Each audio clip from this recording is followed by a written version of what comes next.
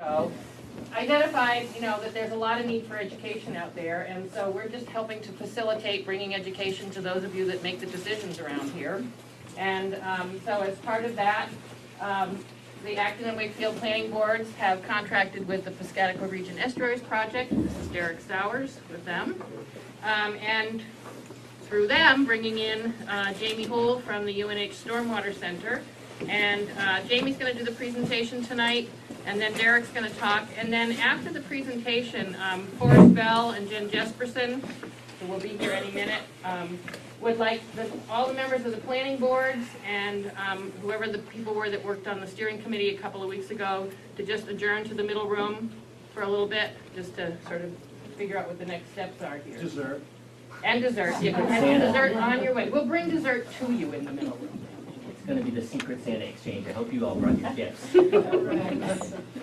I think, should we wait for John, or? I guess we should probably, no, but I'll go ahead. Get going, okay. No, come in. So, any questions about housekeeping? Otherwise, I'll turn it over to Jim.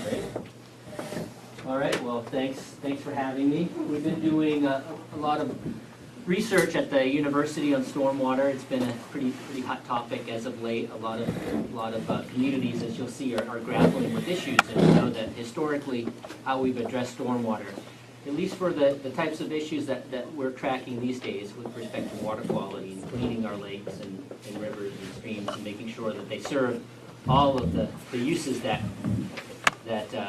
we like them for here in New Hampshire, requires more stormwater engineering or stormwater design or management than we typically use with respect to developing. So I'm going to talk a little bit today, first of all, about our research and some of the issues surrounding stormwater management. But first of all, Derek snuck 2 slides in here, which I haven't seen before, but it's of a build-out analysis, which apparently has been done for this watershed. Build-out analyses are really useful for planning because it shows where the potential developments are actually going to be. So from a stormwater management strategy, it tells us how close we are, what types of threats, and where the threats might be coming from with respect to water quality. And so this is the existing conditions in 2009. And you can see the developments are in the red are centered around the lakes, around the roadways. And so what the build-out analysis does is it takes the existing zoning and it basically maximizes the development according to the existing zoning. So what could the zoning, what's the maximum amount of units and developments that the zoning will accommodate? And so this is what the build-out looks like for this area, and you can see the dramatic increase in development.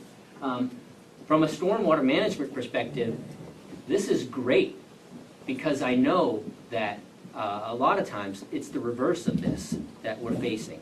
In our urban centers, in our urban areas, we're facing the development that's already happened, the impairments have already happened, and now we need to retrofit. Now we need to come in and correct the problem. And so the old adage of an ounce of prevention is worth a pound of cure, it can't be emphasized enough with respect to stormwater management. And when you look at these 2 graphs, we see that as populations, as population concentrations increase and the density of development increases, we have an opportunity here to, through better design and better management, to address some of the issues. I'm not saying that this is what it's going to look like in 2054, but it shows you really what the potentials are. So our approach from a stormwater engineering perspective is we don't really get involved in the debates about to develop or not to develop. Certainly, as you'll see, there's pros and cons to everything, but we're really get engaged when there is a development and when the impacts from that development have to be managed, and what are the best ways to do that. So stormwater, as a brief primer, it's just any precipitation falls from the sky, it lands on the ground, and even in an undeveloped condition, there can be runoff. So stormwater is that amount of precipitation that's not infiltrated or otherwise intercepted that eventually makes its way into rivers, lakes, streams, all that. Now it's heavily impacted from land use and from land use changes. It's you can probably anticipate if we take a forest, cut down the trees, and put up a parking lot, or we pave it and put up a residential housing complex, that's going to alter the hydrology dramatically. And so these are the types of impacts that we talk about, that we try to mitigate when we're looking at stormwater management designs. So a brief introduction to the water cycle. This is typically a generalization of how water flows. Am I in your way? A little bit. How water would flow in a pre-development condition.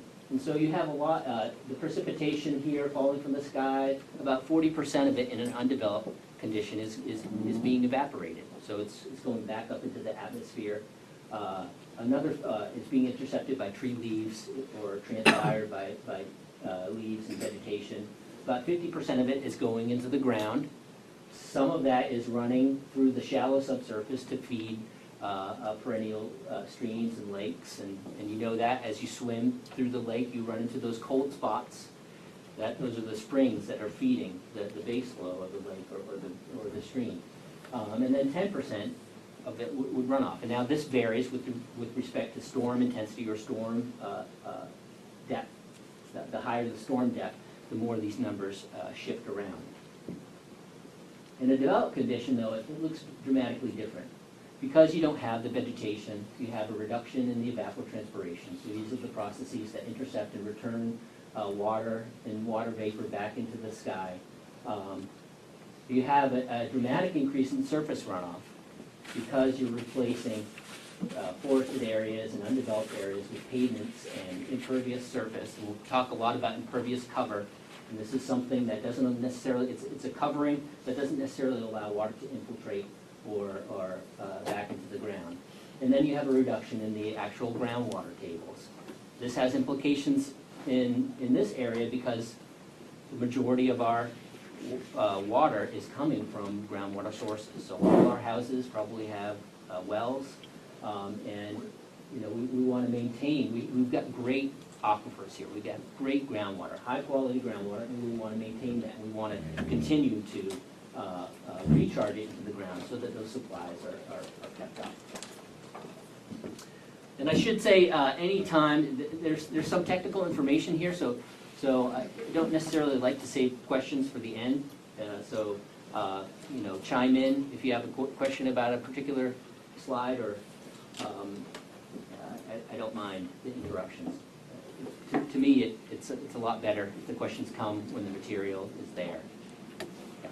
On developments, though, right now, though, when you take a parcel of land, you do develop it. An engineer, 90% of the towns that have zoning and regulations, they are engineered to not allow more water flow off that site, though, than went off it before. Well, that's not entirely true. The question was around the engineering and the designs, and we'll get more into this, but the statement was, an engineer will take a development and they'll design the stormwater management such that more water won't run off than in the previous condition. And these are the new strategies that we're looking, and this is what you have an opportunity possibly to incorporate into your regulations, because right now the control centers around peak flow. And so our stormwater management designs focus on peak flow, and we'll get into some of these issues a little bit. It's a completely different scenario than if we're talking about volume, and it's a really important factor. And I'm glad it came up. We'll talk a lot more about volume-based sizing and design as opposed to peak flow sizing and design. It's an important distinction. Yeah. I'm not sure this is a question, but maybe a comment. I'm recently driving through Dover and I see some new developments. And I continue to see these places where they have leveled every tree for I don't know how many acres, and there's all these houses. Number one, I can't imagine why anyone would want to live in one of those houses where there isn't a street. And number two, why aren't the engineers saying, look, we don't need to level every tree. Matter of fact, why would we level every tree? Why are they still doing that? Can everybody hear so that I don't have to necessarily repeat the question? But it's a great point. And the engineering is really lacking. And it's one of the things that we're trying to raise the bar, if you will. Right now, from a stormwater perspective, stormwater management and engineering is not at a very advanced stage. And what I'm saying is, it's something that's completely customer-driven right now. So if you could come up with let's say if you were building a house, right, and you came up, assuming that you're not an architect or a structural engineer, you could come up with this crazy plot of exactly how you wanted your house to look, right? And you would take that to an architect or an engineer, and you would say, this is what I want. And the engineer or the architect would say, well, do you want your house to stand? Do you want your house to be supported? They're gonna reveal what can and what can't be done. Well, in stormwater engineering, it's not like that at all. Right now, the developer says, and I'm being a little bit more general. Of course, things are changing, but typically, a consumer will come, or a land developer will come and say, this is what I want. And then the engineer will be forced to deal with what's left. And they'll manage as much as they can, but there's no real pushback. The engineer doesn't say, well, preserve these trees, and you'll have X, Y, and Z benefits. Really, the engineers, the standard of practice is, you take what the developer gives you take what the developer wants, and you make it work. And now it's changing a bit because the regulations are changing. And the regulations are changing such that we need to push back a little bit more and say, well, you just can't do that. But that's maybe a long story. The most ironic thing is they probably call that development like tall pines, meadows, yeah. Always interesting. But again, these are community decisions too, because there's an opportunity through the municipal system to dictate exactly the type of development that you want and the type of development that you want to see. And if you don't want to see your trees torn down and big housing complexes go up, then you work that into your designs and your regulations. Okay, so impervious cover, I mentioned, these are pavements. This is associated with a lot of development. We all have them. You don't want to pull into your house and have an impervious rooftop. You just don't want that. It's not good for health and well-being. You want say a porous rooftop. You want an impervious rooftop, something that's not going to infiltrate rain. But we know that there's a large correlation between the percent of impervious cover and the health of receiving waters. And when I talk about receiving waters, it's ponds, it's lakes, it's streams, it's estuaries, it's coasts, everything lumped into one. And so this is some research that came out of the Center for Watershed Protection a long time ago. This is about 30 years old, but the story is very true. And basically it says that as you build out here on the horizontal axis, this is percent impervious cover, and then this is stream quality. So as you continue to build out, your receiving waters become less and less water bodies, things that we can fish in, that we can swim in, that we can recreate in, and what have you, and more drainage infrastructure. And the best thing, I guess, is you can take LA, and we're not becoming LA, and we're not talking about it, but this LA is somewhere around the order of 60% impervious, the greater LA area. And if you look at the LA River, and you've seen probably pictures of the LA River. They often film car chases, Hollywood car chases through the LA River, because it's all concrete. Because the variability of the stream channel, as the storms fluctuate through the channel, it tends to keep reconfiguring the river channel. And that's not good if you own property right next to the LA River. So they've completely hardened it, and it's now a concrete channel. And so that's real, taking it to the extreme. We're right around here. And again, I said, an ounce of prevention is worth a pound of cure. You don't want to be over here. It's not a good place to be. It's very expensive, and you don't have the quality of life that we've come to expect, at least in New Hampshire, with respect to our ponds and lakes. Let's skip over that. Do you know where we are right now as far as impervious? I don't, but maybe Derek does, or Sally. I'm sure you're below 10%. You've got to be below 10%. 6 to 10%. I know. I live and work in the town of Durham, and we're right around 10%. We're around 9 or 10% impervious. But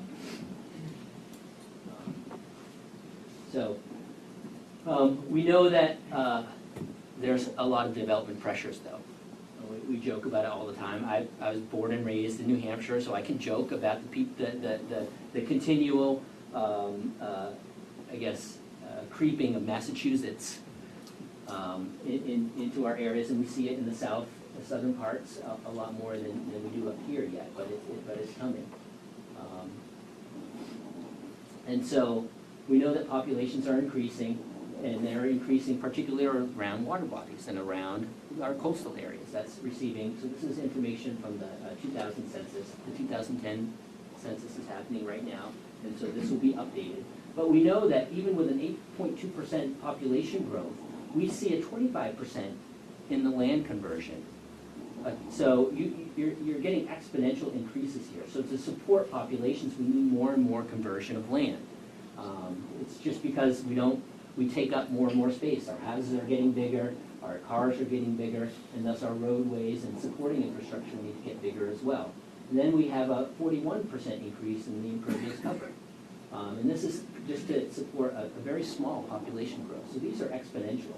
As populations increase, these types of factors are exponentially more. So when we talk about stormwater, or we talk about pollution from development and pollution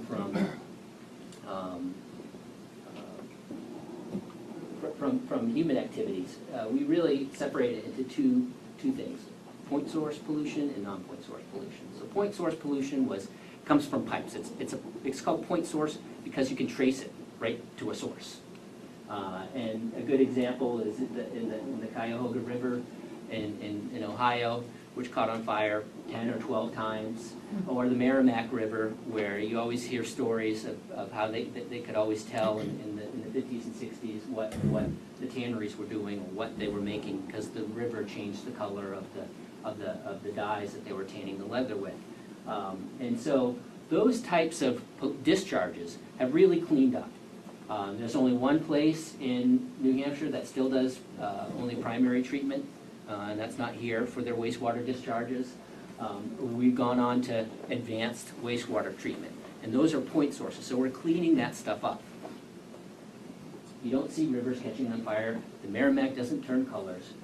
It's largely because these are the low-hanging fruit, because you can trace the pipe that's discharging to the contaminants straight to the person that's doing it, and you can tell them, hey, you need to clean up. Non-point source is the opposite. So this is the diffuse pollution. This is what doesn't come from a single pipe.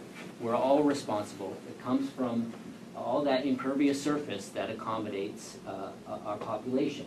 And we're not saying get rid of it, but we know that we have to manage it better.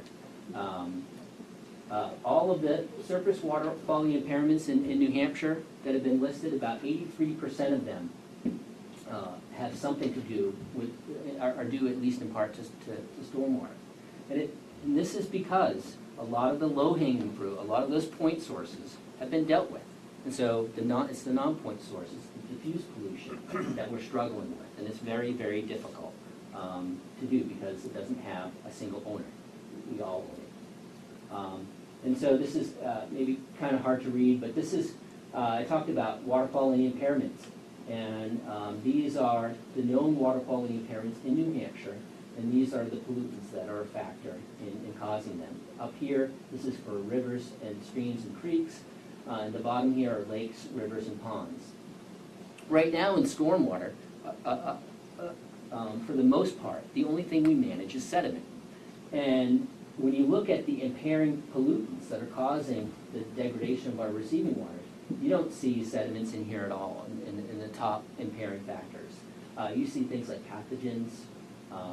You see things like metals, dissolved oxygen, which is associated with nutrients, and pH. So these are the vast, these cause the vast majority of our issues. Nutrients, nitrogen and phosphorus particularly in freshwater areas, nutrients in the coast and the coastal areas. Nitrogen in the coastal areas. And I can't stress this enough, that not all pollution is the same, because there's pollution associated with with site design and planning and the types of zoning decisions that municipalities are making. And there's pollution that can be readily controlled by just not using it. And then stormwater, these I put in descending order of effectiveness. Okay, not cost, but effectiveness for controlling pollution. And at the very end here are structural BMPs that I'm going to be talking about for the rest of the night. This is the engineering things that we put in our developments to manage our pollution. By the time you get down here, your options are usually more costly, and they're usually less effective.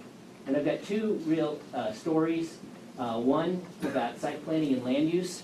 As I sit on a conservation commission myself, or a municipal board, and we came out with our 2009 annual report, which I'll try to make available. It's like this consumer reports of engineered stormwater management practices. And I'll never forget, someone from our town council came to me because we were contemplating a development over on one of our aquifers. It was in our aquifer protection area. It's an area. It's Spruce Hole. It's a kettle hole bog, which is a very unique geological formation, and it's been slated as the potential future of our water supply. And we were reviewing, or at least conceptually reviewing, a plan for, I don't know, it's like a 580 unit apartment complex. It was going to cut down all the trees over our aquifer, go right in that area that we were trying to protect. And I was told, basically, they threw our annual report down and said, hey, we can do this. This is not a problem because we can effectively manage this through our end-of-pipe treatment strategies. And it really was a little disheartening for me because that's exactly the opposite of what we're trying to advocate for. We're not saying that these things replace good planning and good zoning. So this is your first defense. If you're building above an aquifer or a sensitive environmental resource that your community values, the best thing is to preserve it or to conserve it or to zone it appropriately such that you don't have these dramatic developments allowed in the area that can potentially threaten it. That's number one. Next is source control, and I picked this up out of the newspaper just the other day. Yesterday they had on NPR they had a story about they've taken phosphorus out of dishwashing detergent now. And there's this huge outcry that now they've done this in 16 states, New Hampshire is one of them, that they banned phosphates in laundry detergent, primarily because they've been known to be linked to algae blooms, especially in freshwater areas, things like cyanobacteria. That's not a word you want to be familiar with. And it's things like phosphates and excess phosphorus that causes these types of algae blooms. And so these were comments at the end of the article that I just spliced, and the majority of them were very negative. So YX52 says, hey, I'm going to go out of state now to get laundry detergent because this is ridiculous. When you can't use what you want, and when you can't use products of your own, this is Big Brother at its finest.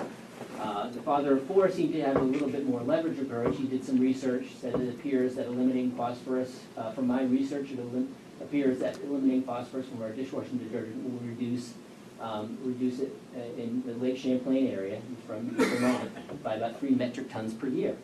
And then you have, you all get ready to have dirty dishes because this stuff sucks.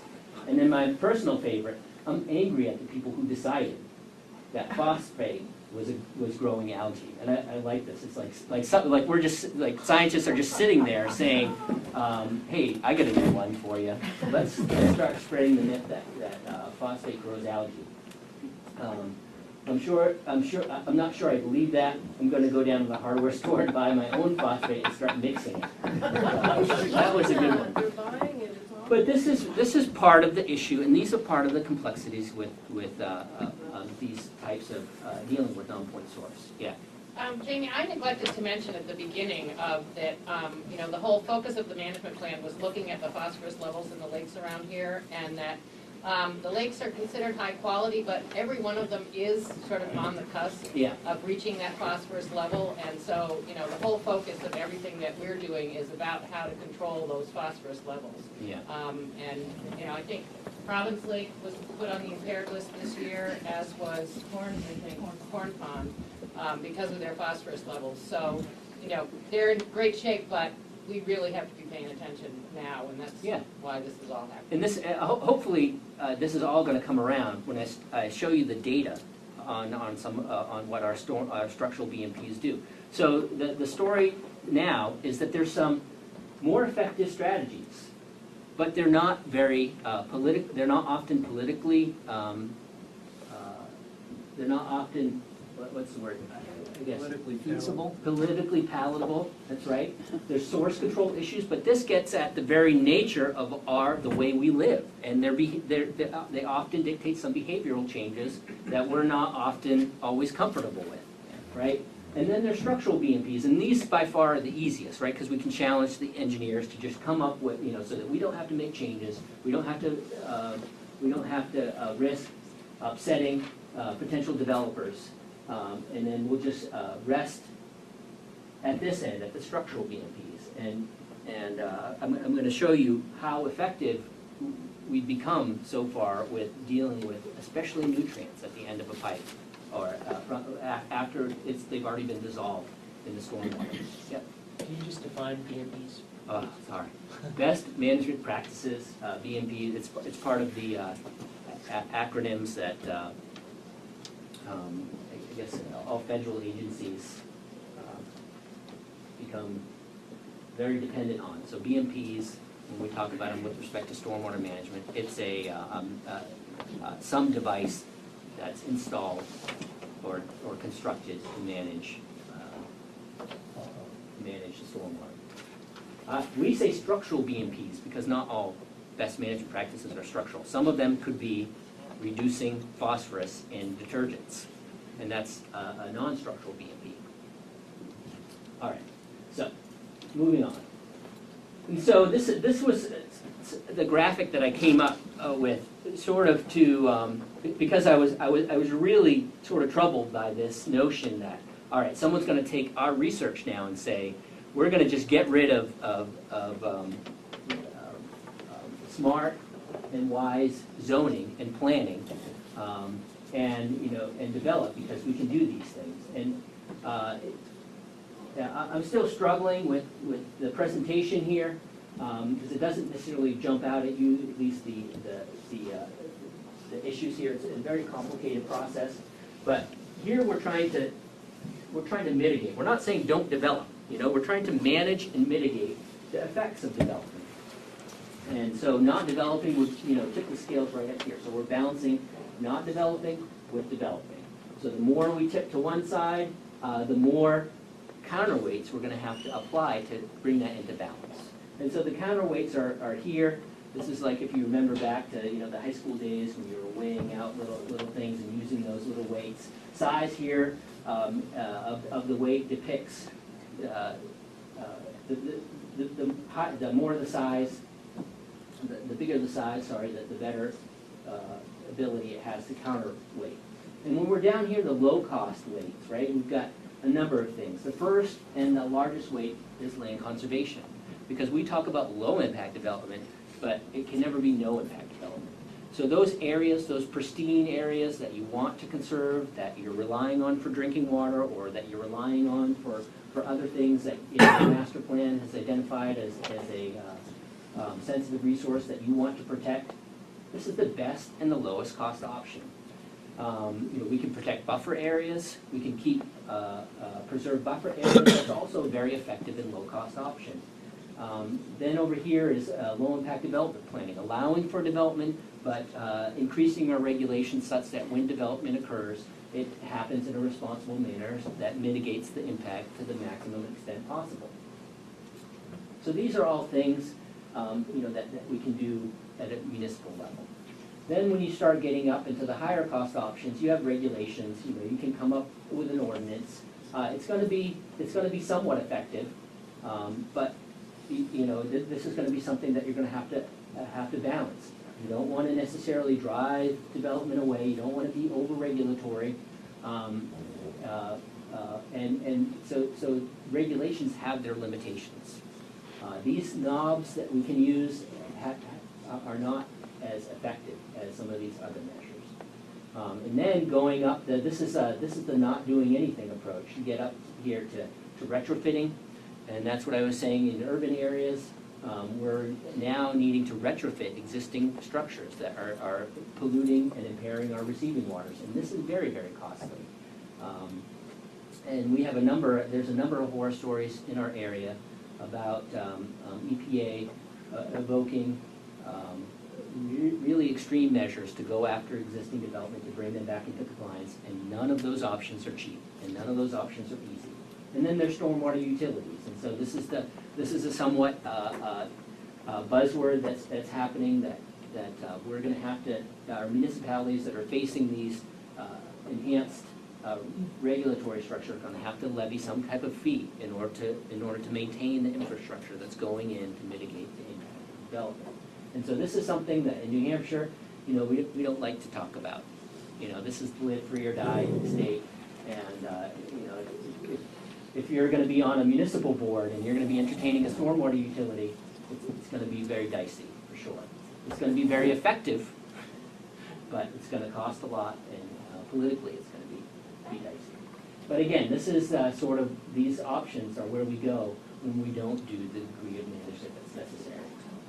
And so I put this up here. This is something that's in a publication that we recently came out with in 2009. We were working with the Cooperative Extension at UNH. And so these are the options. These are some of the options that are available for protecting receiving water resources, and essentially spread out between more. And this is a continuum here. So this is going from more rural, like we are here, to more urban. And I think all of New Hampshire, we're still in the more rural area, and this is the best place you want to be because you have all these options available. As you go into the urban centers. You go to Boston, they're not doing land conservation in Boston. There's no land to be conserved. They're not protecting riparian buffers. They've already been taken and developed. So they don't have these options. And these, again, if you remember, these are the most effective options here. They're down here in the high-cost areas, in the high-cost, low-effectiveness. They're minimizing impervious cover. They're taking rooftops, turning it into green roofs. They're taking alleyways, and they're turning it into porous pavements.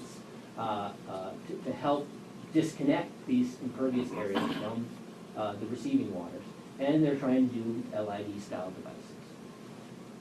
So I put a couple of pictures. We're also working with the town to develop some engineering solutions for Brackett Road. And so this is something that's very close to home, and I picked two examples of areas that are priority areas that we've identified for some type of intervention. And in my mind, anyway, they span this continuum of getting involved early or getting involved late, and the options being limited. So this is, gosh, I don't even know what these roads are, but you might help me out, the local people. This is right on Brackett Road, and so this is the paved area that comes around. This is right on Lovett Lake. And these are two developments, existing residential developments that basically go up probably a 11 to 12% slope. Very steep roadways here, all dirt, and they go up to residential housing that has, as far as I can tell, no real stormwater management. And so what happens is, when it rains, the water comes down and runs down these 12% slopes, and these are two developments side by side, and deposits all the sediment and sand that you see on the road. And so this was taken earlier this year. They've had a number of high-intensity rain events we have in the area, and I was just out here earlier this fall, and this looks even a lot worse. And in fact, all this sand has now made it into, and is forming a little delta where this meets into Level Lake here.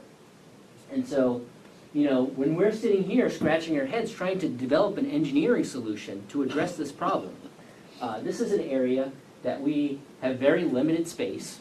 We can't go up. This is private property. We can't go up there and start retrofitting.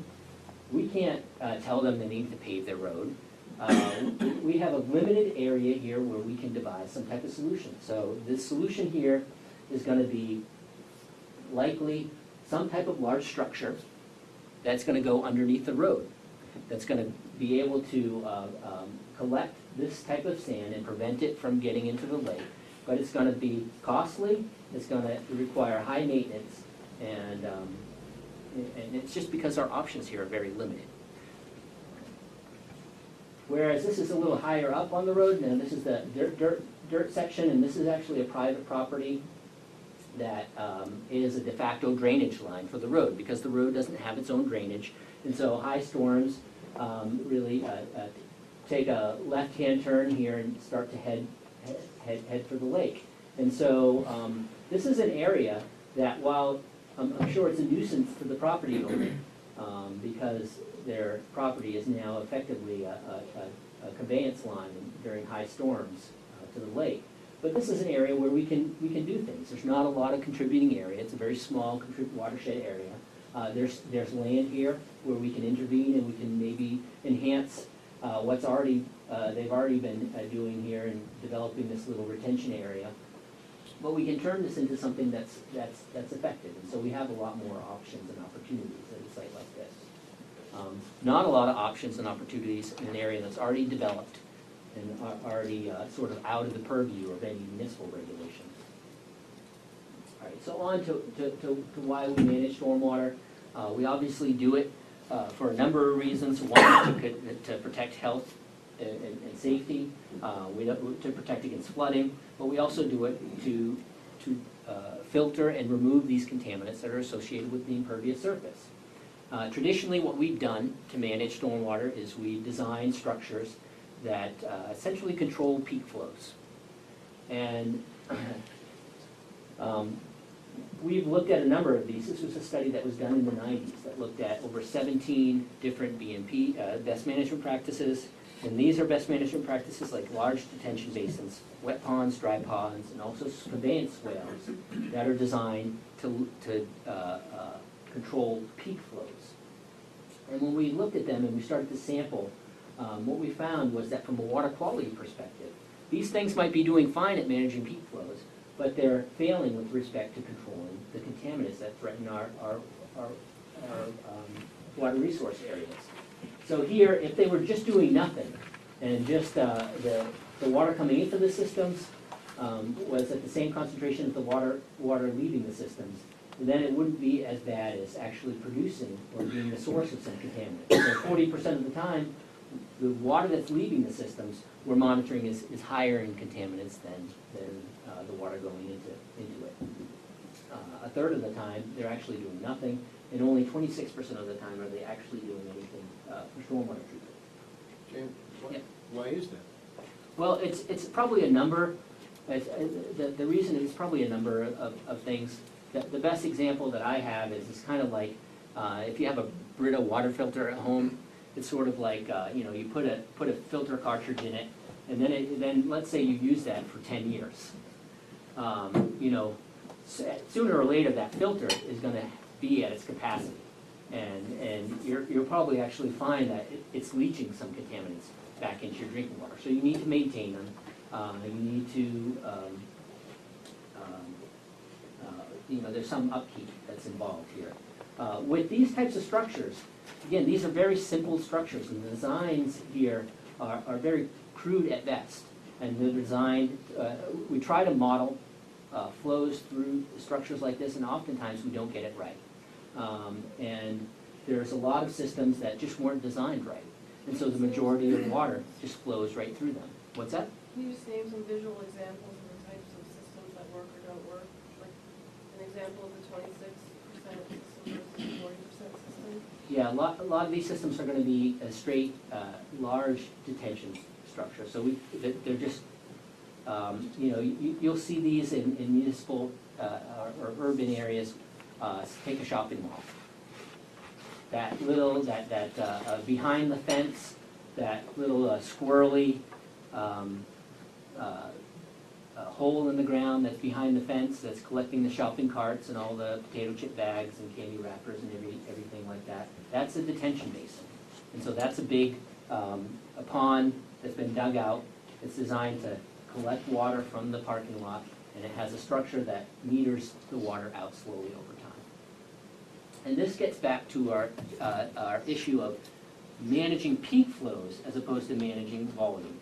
And the best example, I guess, I have to relate this is, let's say you're, and this is not going to happen. I don't even think it's in the proposal. But let's say the New England Patriots want to relocate to Wakefield, and so you're going to build a huge stadium, right? And you're going to, you're going to entertain the 35,000 fans or more that come to every Patriots game, and that's going to be a lot of additional people. And you know that, maybe it's going to be a problem on your streets, managing some of that traffic. So you're going to put little turnstiles on the doors leaving the stadium. So when the Patriots win the Super Bowl, you're going to let people out slowly over time. And maybe delay that over an hour period. Delay the people over a 24-hour period. How effective is that going to be at keeping your streets safe and uncongested? It's probably not going to be that effective, because what you have is not a rate problem. You don't have a problem with the rate at which people are leaving the stadium. You have a volume problem. You just have too many people in a large space. You have a volume problem. And this is what we're facing from an engineering perspective with respect to stormwater. For so many years, we've been looking at stormwater as a peak flow problem. And so all our systems are designed to regulate peak flows. In reality, as we build out, as we create more impervious surface, we increasingly have a volume problem. We just have way too much volume. So slow it down. But those larger volumes, because less is going into the ground and less is being evaporated, are now routing through your natural streams. It's reshaping the channel, it's discharging, it's collecting pollutants in higher quantities, and it's making it into your water bodies. And so now we're trying to address that. If you look at the new New Hampshire regulations, it addresses the volume increases through a runoff reduction requirement. They require, but this is only for the largest of the large developments. They require that you infiltrate a certain component of a storm, and it's based on soil groups, because we know that these soils don't infiltrate very quickly, so there's a reduced amount that's required on poor soils, clay soils, and the standards get higher with more sandier soils. But we can do this at any level of our design. We can do it at a residential level by not connecting that impervious surface straight to the water body. And it's just a matter of designing, and it's designing with volume in mind and reducing volume in mind. That's important. Okay. This is an example of what this problem looks like. If we plot it, this is a runoff versus over time. So this is something that we call a hydrograph. The purple here is what you'd expect from a pre-development site. And so what you'll see, essentially the volume of water here is represented by the area under the curve. So you see we have a reduced volume. The storm comes, it flows out very quickly. We have a reduced volume and a short length of time that it runs for. In a developed condition, we see in the blue here, we see a larger peak flow and a long tail at the end, with a much larger volume of water underneath the curve. Our design strategies up till now have been to match pre and post peak flows, and we can do that with detention structures very, very easily, but we let it out slowly over time.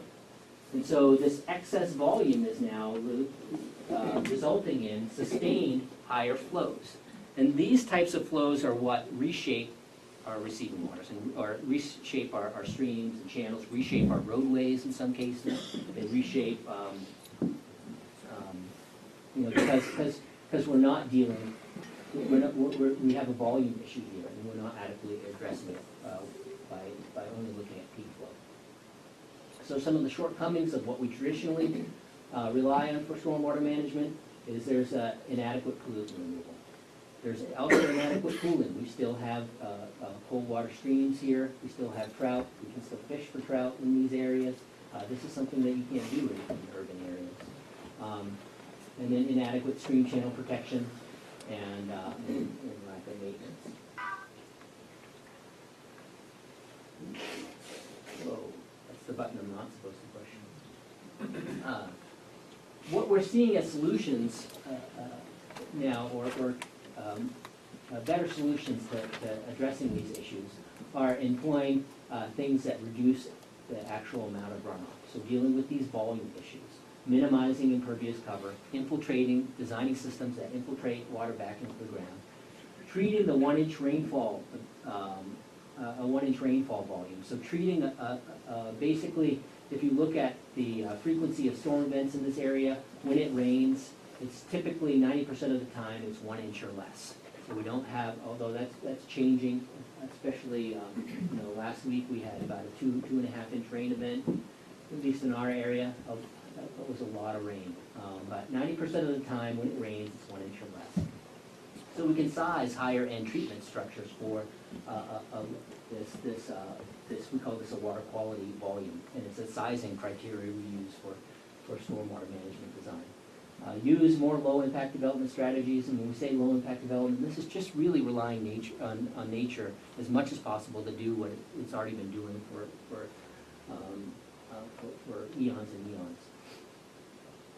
Use multiple and integrated management strategies. So this is, again, different than what engineers did in the past. Essentially what they did in the past is centralized drainage, because it was easier to just centralize it. You get it off-site as quick as possible. You get it into a single structure, and that was seen as easier. But from a water quality perspective, we really want to distribute it. We want to rely on the natural flow patterns. We want to alter the natural flow patterns as little as possible. So using multiple integrated structures. Have sediment removal criteria, but also have nutrient removal criteria as well, because we know that just dealing with sediment doesn't address the range of pollutants that contaminate our receiving waters. And some of this peak flow matching might still be necessary for flood control, but it needs to be, all these other strategies come before it and can reduce the size and the size and the cost of addressing some of the peak flow controls that we traditionally have used. All right, so I'm just going to show you a couple of pictures of what this looks like and things that we're doing in the area. This is a new 80,000 square foot parking lot that we just installed at the university. This is the Elliott Alumni Center right in downtown Durham. This whole parking lot is completely porous. So it's all porous asphalt. And I'll talk a little bit more about porous asphalt later, about what it looks like and how it functions. But essentially, on a good soil, 95% of the rainfall events that fall on a system like this will never discharge in any pipe. It'll just go right back into the ground. This type of structure does a very good job at removing contaminants, and contaminants don't really concentrate the way they do on other pavements, because when rain hits it, it's not running along and collecting contaminants and dumping it into an adjacent stream. It's just going right into the subbase, and in the subbase, we're constructing this with sands and other materials that are helping to actually filter. And you're filtering the area that's directly above it. Do you have any idea of the cost per square foot? I do. Porous pavements, we're seeing about, for porous asphalt, it's about $85 per square foot. For a conventional system, it's probably about $75 per square foot. The materials are about 20% more. But again, you don't need to do the associated management. So I have a little slide of how this works. This is a pervious concrete. It's a very similar material. Pervious concrete that's at the university in another area. This is 1,500 gallons of water dumped on this pavement in about 3 minutes. And I won't run this for the whole 3 minutes. But when we do the calculations and we calculate this amount of water infiltrating in this area, it amounts to a 43-inch rain event. So this is like, the Noah flood. This is get your ark if something like that happens.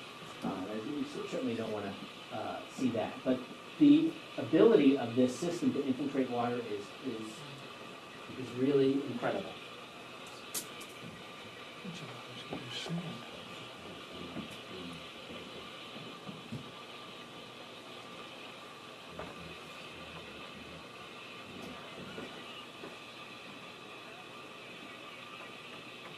So I have to stop that, right? Or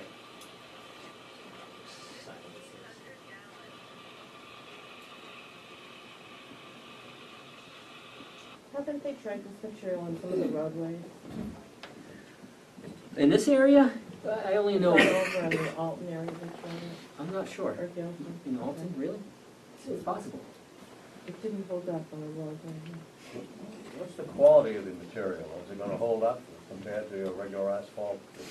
I'm not gonna get too distracted talking about porous asphalt. We actually offer a full semester-long courses on this stuff where we only talk about how to size and manage.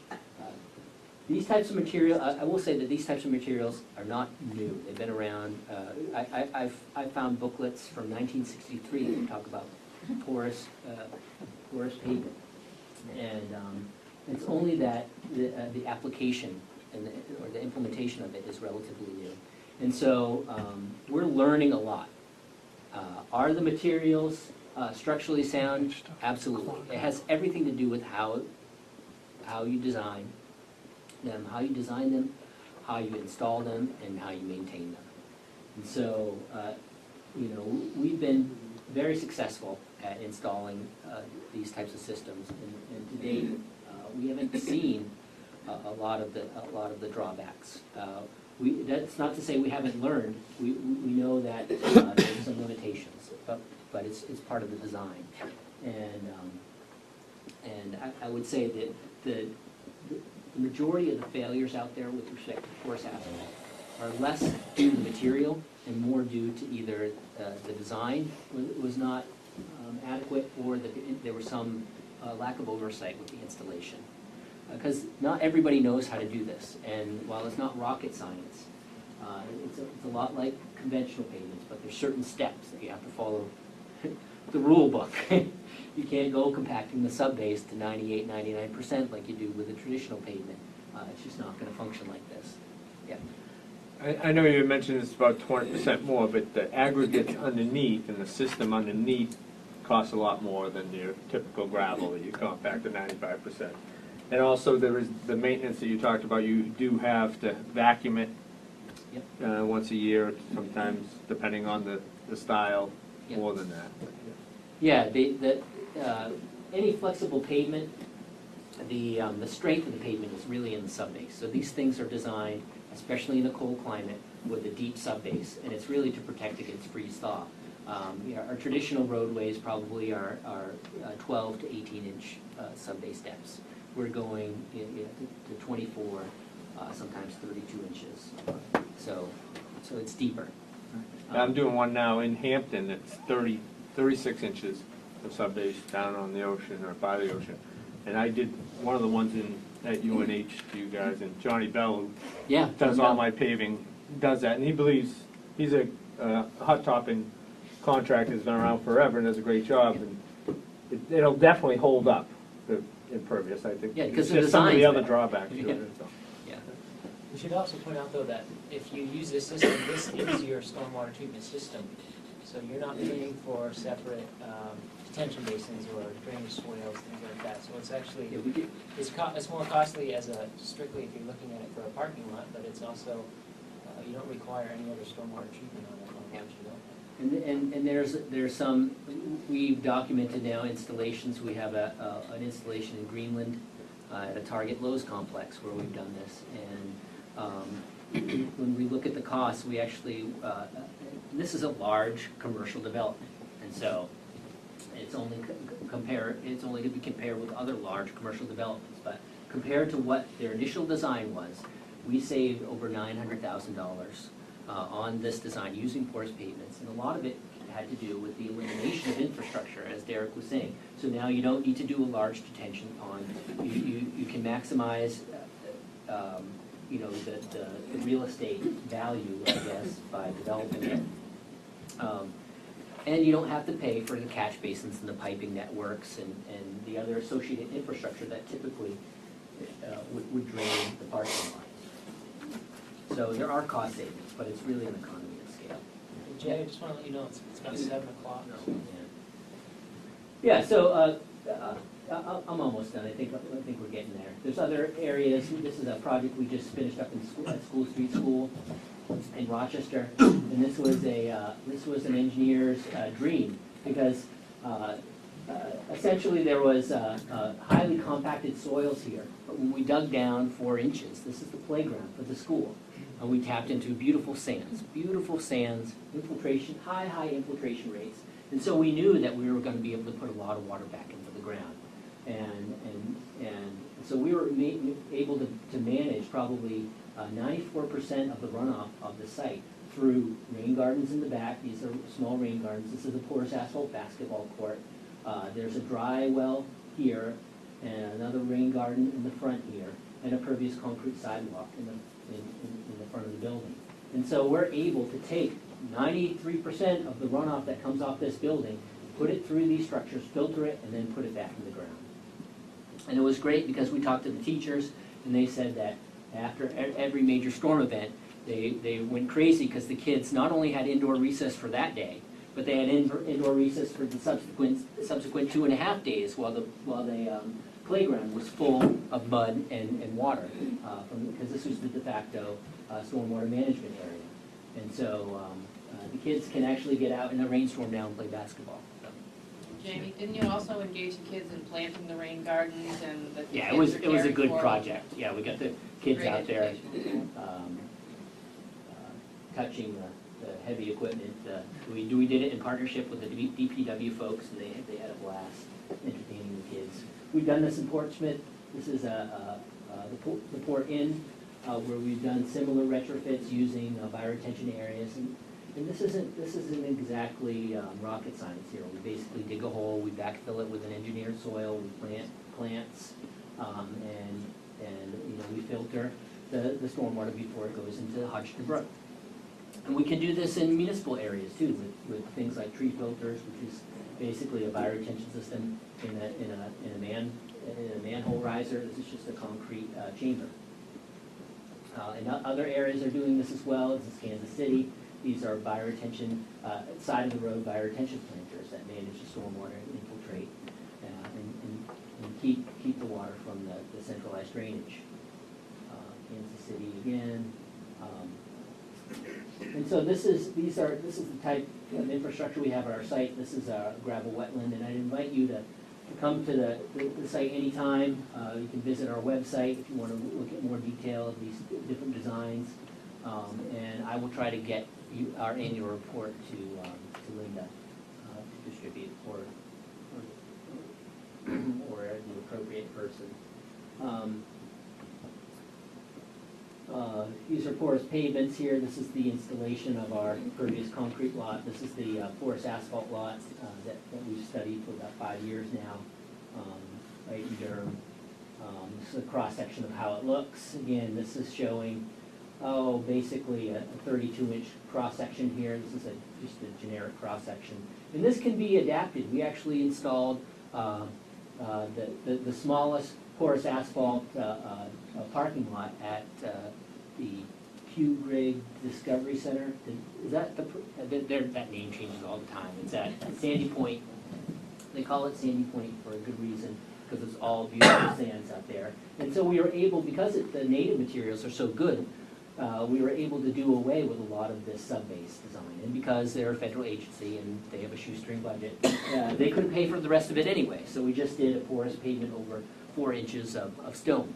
And that's still in existence today and holding up pretty well after about 4 years. So, okay, so the final, I'll really put you to sleep in the last 5 minutes here with some of the data. We're gonna look at 3 different contaminants. This is sediment. We measure it with a measure called total suspended solids. It's just basically you filter some water through a small pore filter and weigh it, and multiply that by the amount of the volume of sample. And so what I'm showing you here is removal efficiencies, and so this is the treatment indicator for the BMP, for the device. Anywhere from 0% removal, meaning it doesn't do anything, all the way up to 100%. We don't have anything that gets 100%. We're about 98 here with some of them. And these are the range of treatment strategies. So here, and I've kind of compartmentalized them. These are conventional strategies like swales. It's a stone line swale, a vegetated swale, just a swale with vegetation, berm swale, retention pond. We're looking at a detention basin as well. Wet pond, dry pond are the other names. And then here are manufactured treatment systems. These are things that you probably, hopefully, don't have any familiarity with or don't need to. These are really designed for ultra-urban areas where there is no space, where there's already existing development. They range from hydrodynamic separators to large subsurface infiltration systems. These are large underground pipes that detain and infiltrate water, large underground chambers that detain and infiltrate water, and then filters in a box, if you will. These are different types of filter material in a large plastic chamber that goes underground. And then these here in the olive are the LID style system. So here's bioretention. This is the average of 2. Tree filters, which is the bioretention in the box. Wetland systems, subsurface wetlands, and then porous pavements right here. And you can see typically what we require is an 80% removal standard. And this has been the requirement on the books for the last 20 years. And you can see the vast range of conventional systems don't meet that target. You can see that there's a large variability in the manufactured treatment systems. Hydrodynamic separators are below. We have some systems, especially the larger systems, that do quite well for sediment removal. And then you see the LID systems are all meeting or exceeding the removal efficiency requirement. So this is sediment. That's the easy stuff. This is the thing that becomes so worrisome and sort of balances everything that we talked about for so long in the beginning. This is nitrogen. So if you're in coastal areas like we are in the Great Bay watershed, you're really worried about nitrogen. And you can see a lot of blank space here. And this is what's so troublesome is when we look, and this is just measured data. So we're really measuring this. Nitrogen is difficult because it changes form so often. It transitions from inorganic nitrogen that's dissolved and bioavailable to organic nitrogen that's bound up in plants and other vegetative matter. And so it's kind of like playing whack-a-mole. But you can see here that the vast majority of the systems, LID or other, do not adequately address nitrogen. And if we have a low bar, like 40% removal requirement, like we do now in New Hampshire, you can see that the vast majority of the systems don't meet that. Our gravel wetland system does. Some of our vegetated systems do. But there's a lot of factors, and a lot more engineering has to be done if we want to get nitrogen removals. Phosphorus is only slightly better. Typically, we require anywhere from 60 to 65% phosphorus removal. That's a typical removal efficiency requirement. And you can see that none of the conventional systems, none of what we've done for the last 50, 60 years do anything for phosphorus removal. Some of the manufactured treatment systems do, and this was kind of surprising for us. A lot of the removal comes from binding to organic material. And you can see that only those systems that have some kind of organic material within the design do anything for phosphorus removal. So that's the end of my talk. One question, you said phosphorus removal. What about phosphorus reduction by reducing the amount of soil erosion that goes into the water? Absolutely. Then things that we do are effective. The effectiveness is not shown in your graph as far as that's concerned. That's right. So when we look at management, there's a lot to do with soil erosion, preventing soil erosion, and especially in the construction sequencing. So, that can help reduce the amount of phosphorus. This is just straight runoff from a paved area and the treatment associated with that. Yeah. Are you absolutely certain that phosphates cause algae in active lakes with plants? I'm a scientist. I'm not 100% absolutely certain about anything. I say. Well, I've read some stuff where it says it's only in bodies of water where there were no plants. No. You know, it'll react, as long as there's a little bit of nitrogen in the water, phosphates, the smallest amount will create enhance biological activity. Well, not according to the bar report. That's how gardens That's what they tell grow. me. That's how we grow gardens. I just, you're professing this, and I just want to make sure that what you're telling us is right. What report are you talking about? Bar report, it's a green journal, and they're saying it's only in pools that it causes these algae blooms. Yeah, I'm not a water chemist, nor I'm not professing anything about phosphorus. I'm talking our ability to remove phosphorus once it's dissolved in the water column, and that ability is somewhat limited. So Phosphorus in a lake grows algae, that's just a fact. I mean, we have plants in Townhouse Pond, and there's plenty of plants. But when the phosphorus, we get the cyanobacteria growing from the phosphorus. Well, I just said there's no link between the two. Well, nutrients that make all plants grow, there's a little acronym that I learned when I was going to soil and water school, C. Hopkins Cafe. Anybody else heard of that? Well, those are, if you're familiar with the periodic chart, C is carbon, what did I say, C? H is hydrogen, and you work your way down, phosphorus is HOP, it's like number 5. And what plants need to grow. Nitrogen is ahead of it, so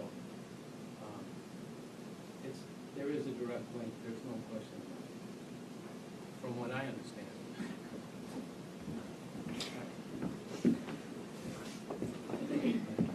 So I'm going to change topics quite a bit and just take a few minutes of your time. What I want to recap is we took we being the Estuaries Partnership, working with the Regional Planning Commission, so the groups that do planning throughout the seacoast regions, and work with towns directly on what their land use planning policies and regulations are. Essentially did an inventory of what towns have on the books for things like stormwater management. So that's what I'm going to focus on is what the results were for Acton Wakefield. So this is where are the regulations in the two towns. Basically, is this the pointer, Jamie? Acton, there's mention of stormwater regulations in the site plan, subdivision regulations, and the zoning ordinance. And this is telling that there's a clear threshold when you disturb 40,000 square feet of site disturbance on a lot. You have to have some kind of stormwater management. So that's kind of what we have in the books right now in Acton. For Wakefield, it's not mentioned in the site plan regulations. It is in the subdivision regulations. There's not a separate zoning article on it. And a similar threshold.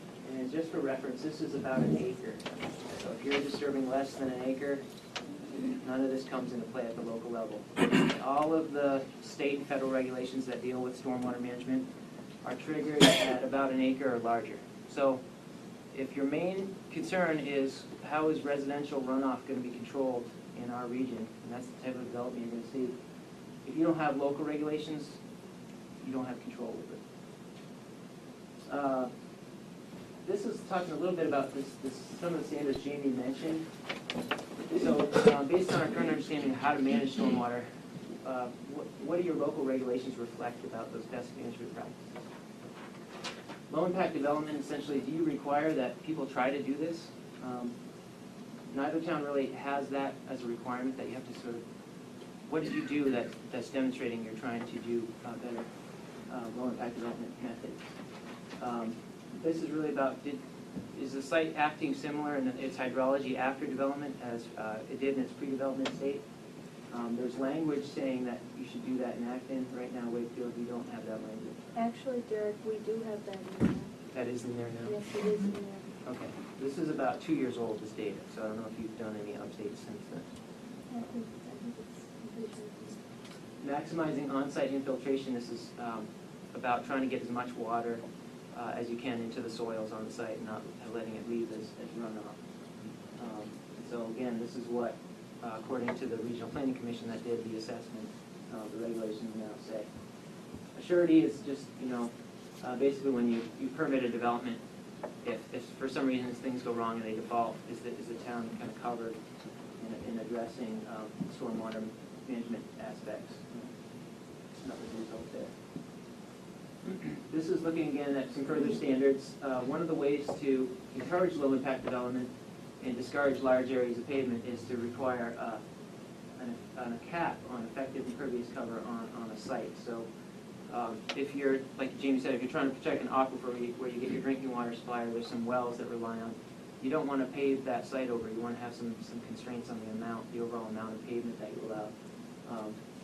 And so this is also, you can do this on a residential site. You can say, on a residential 2-acre lot, there's really no reason you would need to exceed 10% of effective impervious cover on that lot. That can accommodate a lot of development within that constraint. So there's no language about that.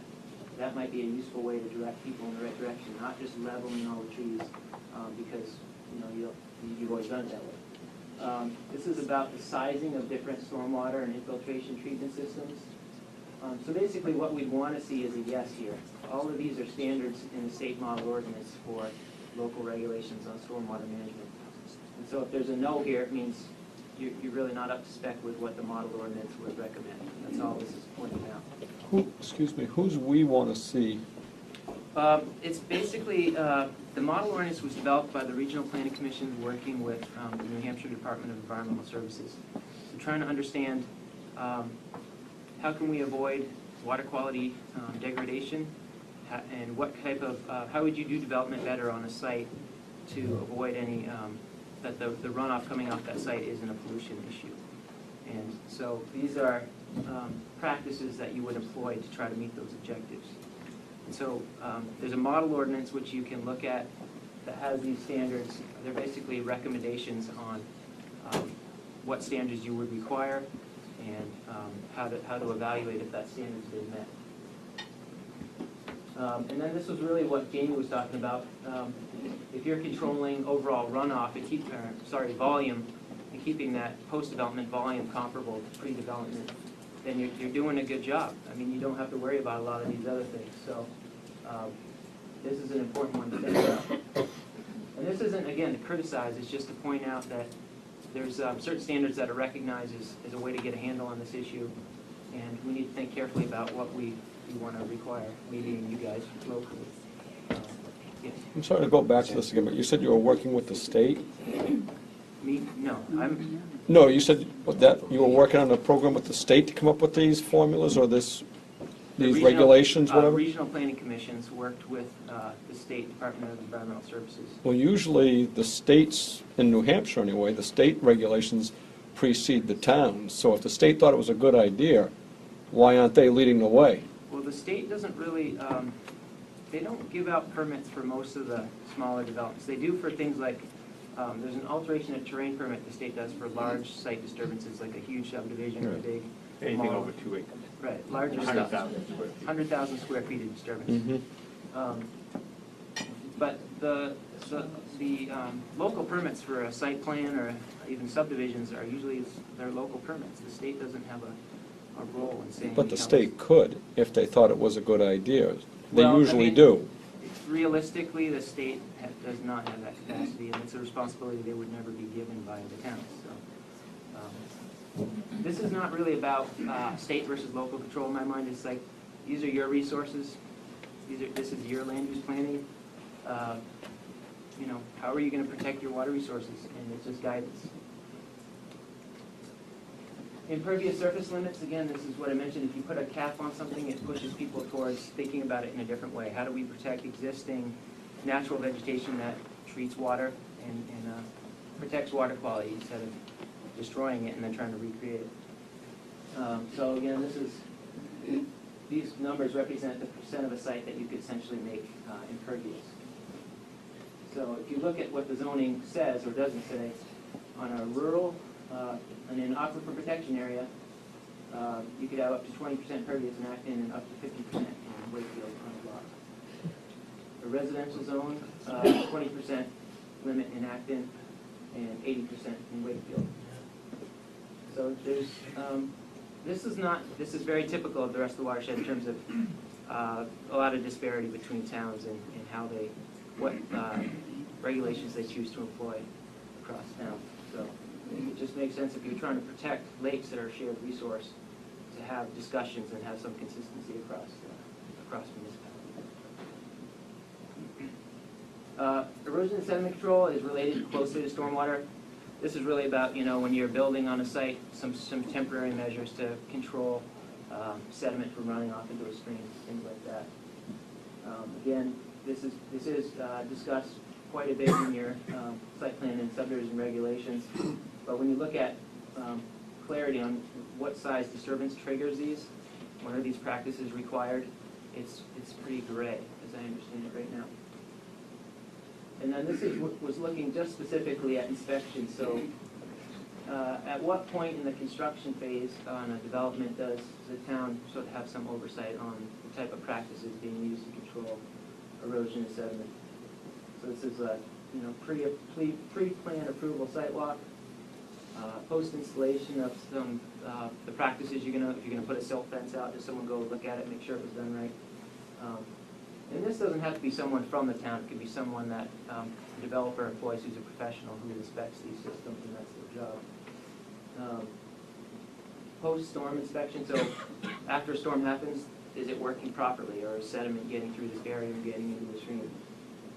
And these are more like looking at the permanent measures. So if there's a permanent stormwater measure, does someone go look at it and make sure it was installed right? Because you give a permit to go do this stuff, and then you assume that it was done right, and just helps to have verification on some of these things. Again, this is a survey. I can't verify. People locally will know if this is really the case or not. But there's a disparity in the level of oversight too on erosion sediment control. So thanks for that. Is there a printout of those last few the comparative slides? Is there something that we have printed? You already have it. I have it? Well, yes, the answer is yes. Okay. I'll find it later. And all of this data, I'd be happy to share with anyone who Yeah, wants no, it's copies. fine. It's just something to look at when you're Sure, yeah. So I really thank you guys all for your attention. I know it's been a long presentation on the part of myself and Jamie, but hopefully we can be a resource to answer other questions that come up, and I'll direct you to Forrest. I think he's got the notes.